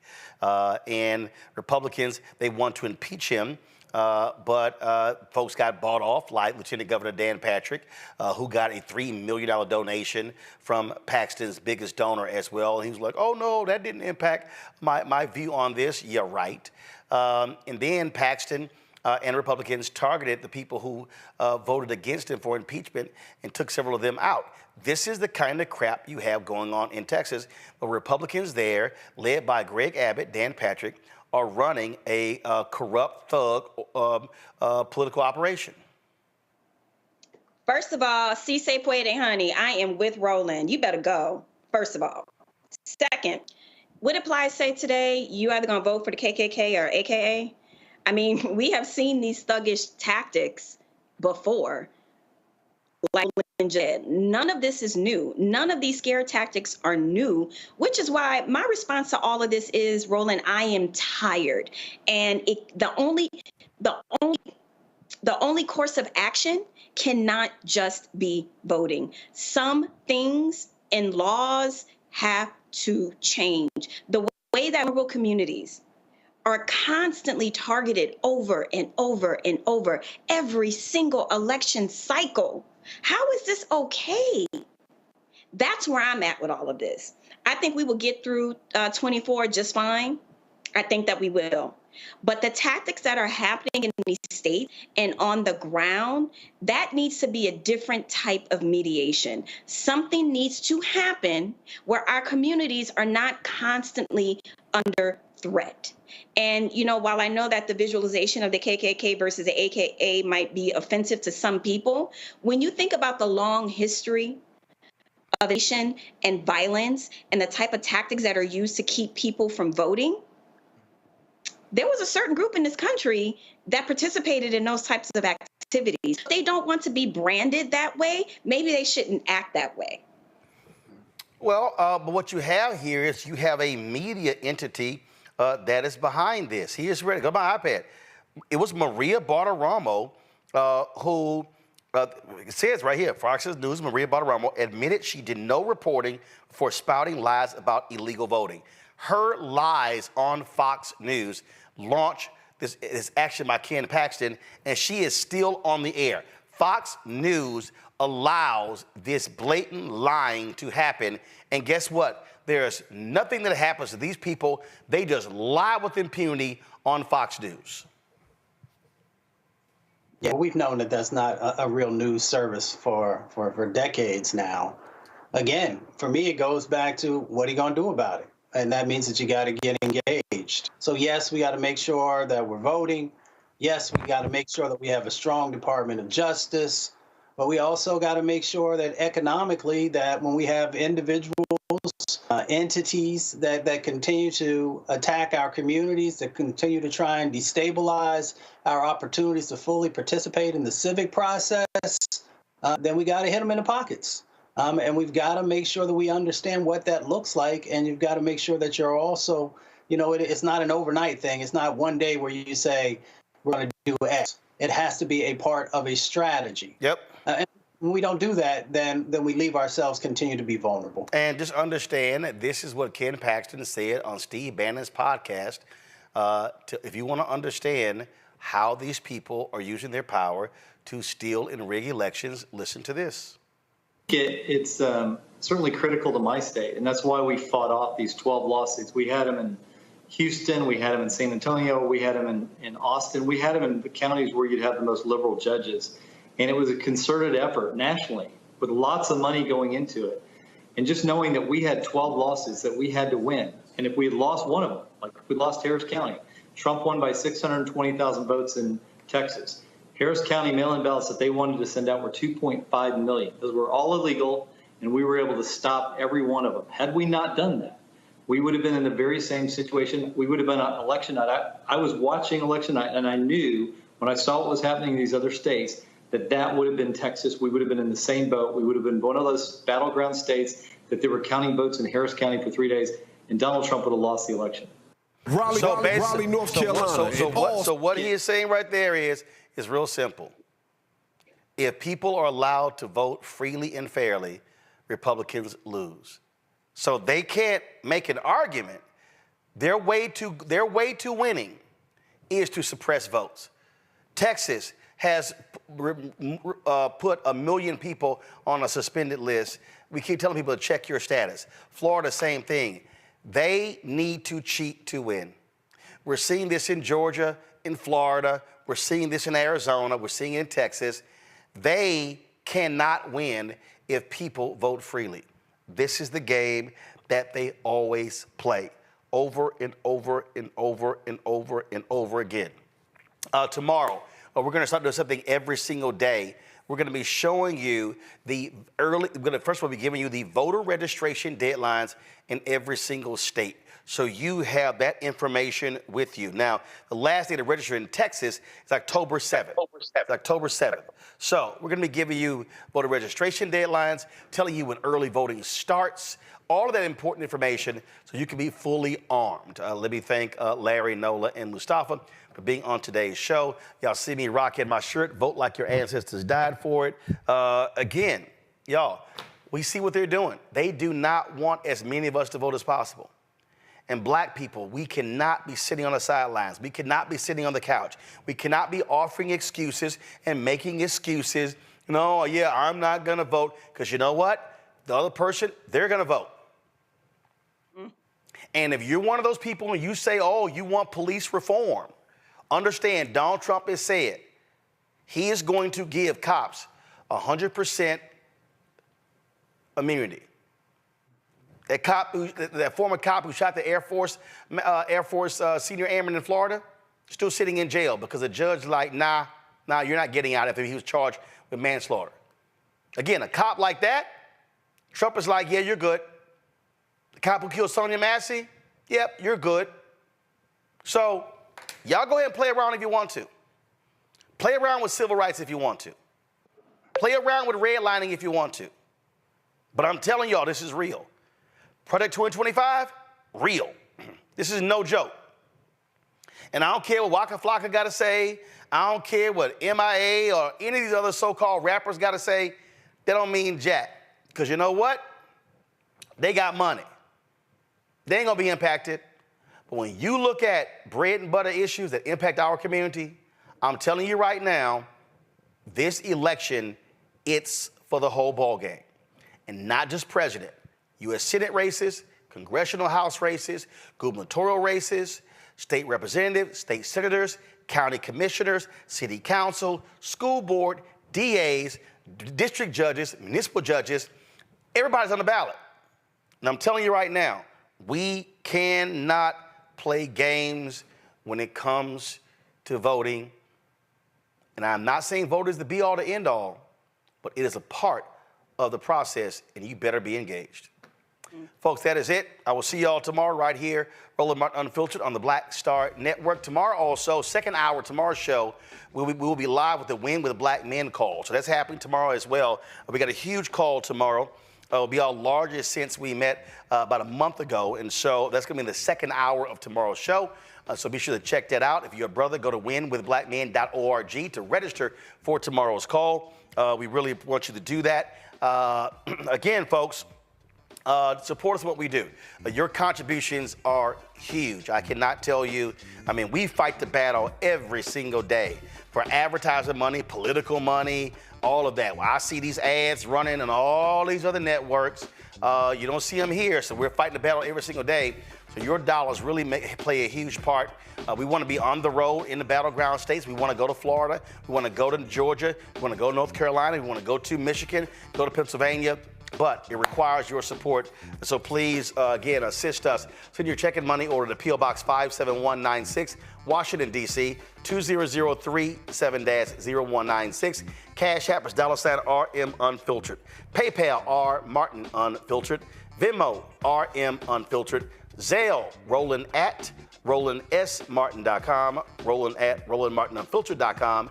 Download the Black Star Network app, Apple phone, Android phone, Apple TV, Android TV, Roku, Amazon Fire TV, Xbox One, Samsung Smart TV. Be sure to get a copy of my book, White Fear, How the Browning of America is Making White Folks Lose Their Minds. Available bookstores nationwide, Ben Bella Books, Amazon, Barnes & Noble, IndieBound, Bookshop, Chapters, Books A Million, Target.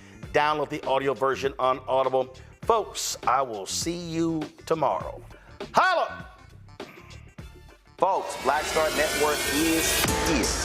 Oh, no punches! I'm real revolutionary right now. Black power. Support this man, Black Media. He makes sure that our stories are told.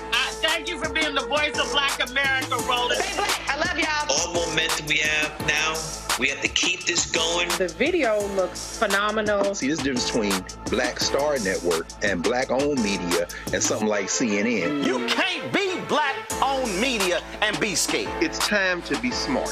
Bring your eyeballs home. You dig?